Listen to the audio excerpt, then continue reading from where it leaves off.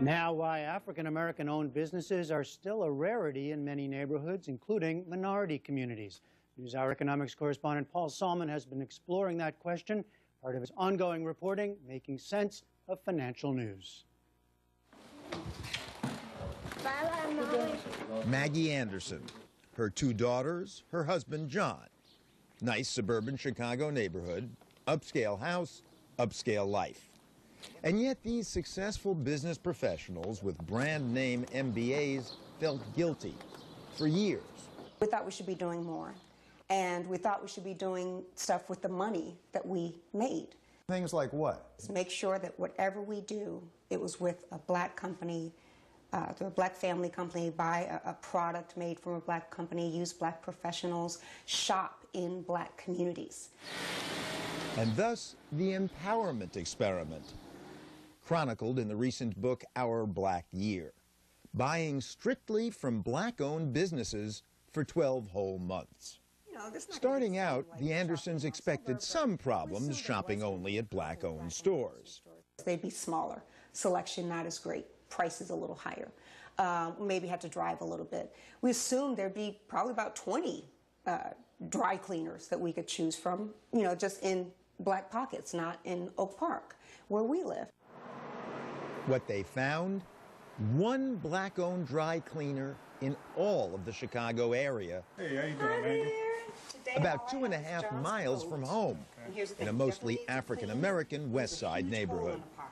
Years ago, it used to be a lot of black-owned businesses around, and funding just went down, and things just went kind of kaput after that, and the black-owned businesses just seemed to leave the area. So how did you survive? I've been in this location for about 4 years, and before then, my uncle owned this place for 20 years.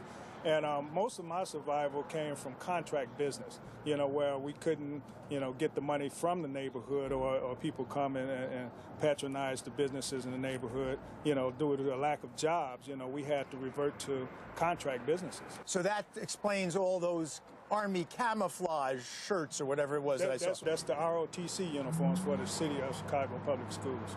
Most money spent by African-American consumers, even in their neighborhood shops, goes to non-black business owners who seldom invest in or hire from the local community, something the Andersons link directly to the 14% black unemployment rate and other economic inequities, and that they found the media failed ever to report.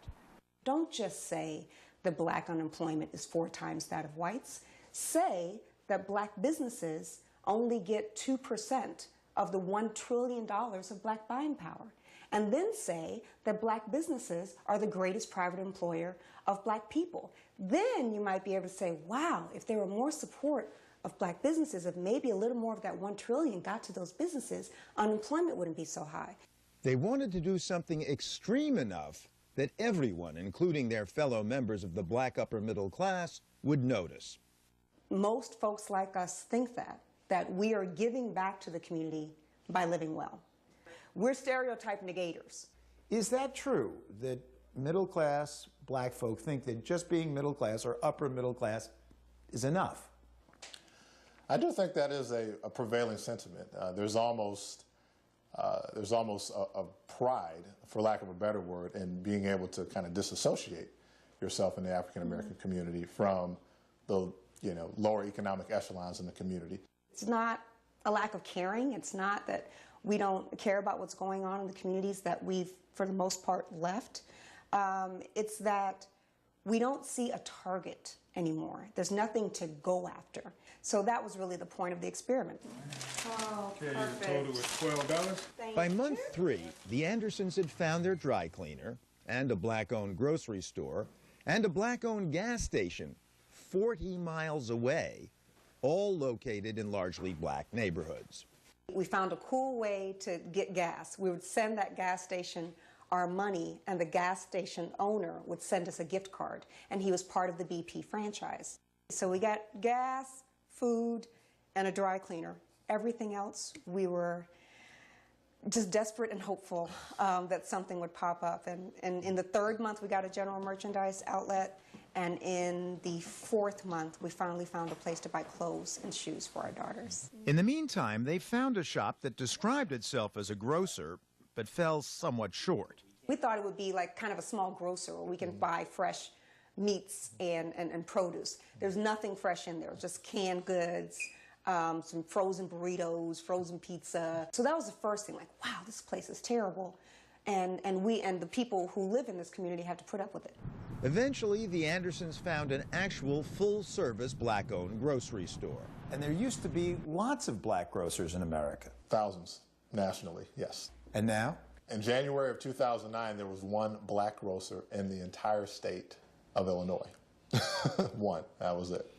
The Andersons enlisted John's alma mater, the Kellogg Business School, to survey the whole country. We used to have 6,400 in the 1930s. We had 19 full-service grocery stores at the turn of the century.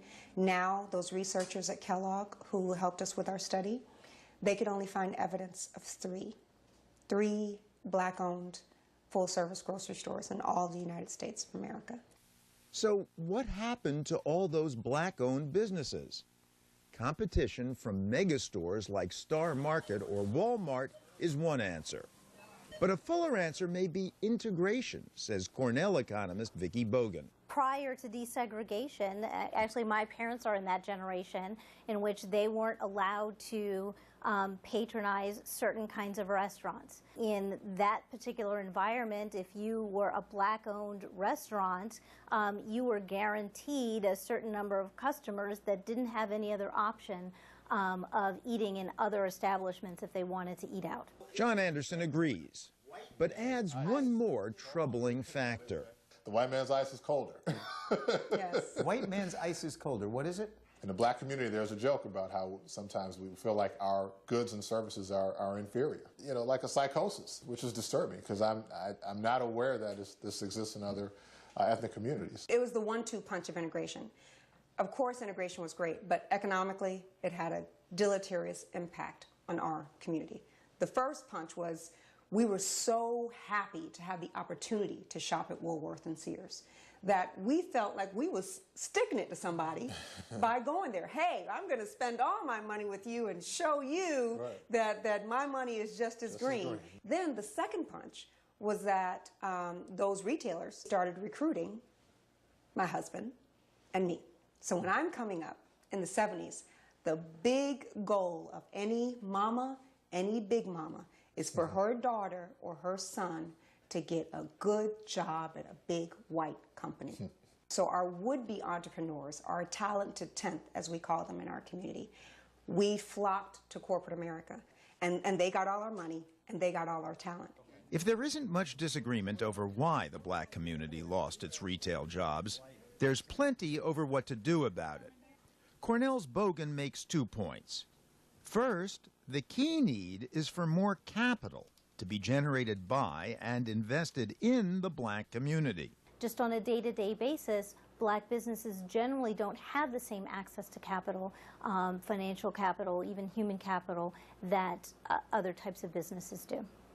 But the second point is that buying black won't make much of a difference, even if you do find black retailers, says Professor Bogan.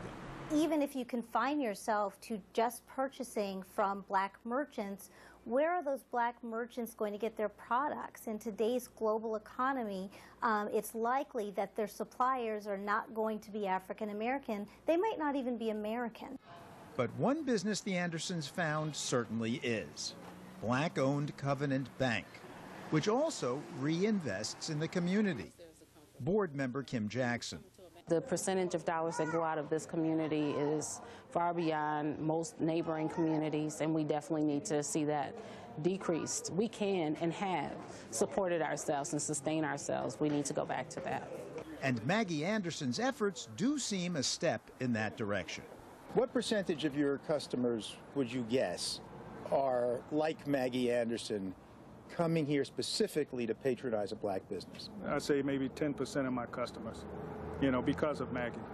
So before Maggie came here and wrote about you, what percentage of your customer base was here to patronize a black business? I would say before, maybe 1%. The Anderson effect, making a small dent in inner city Chicago, which needs all the economic revitalization it can get.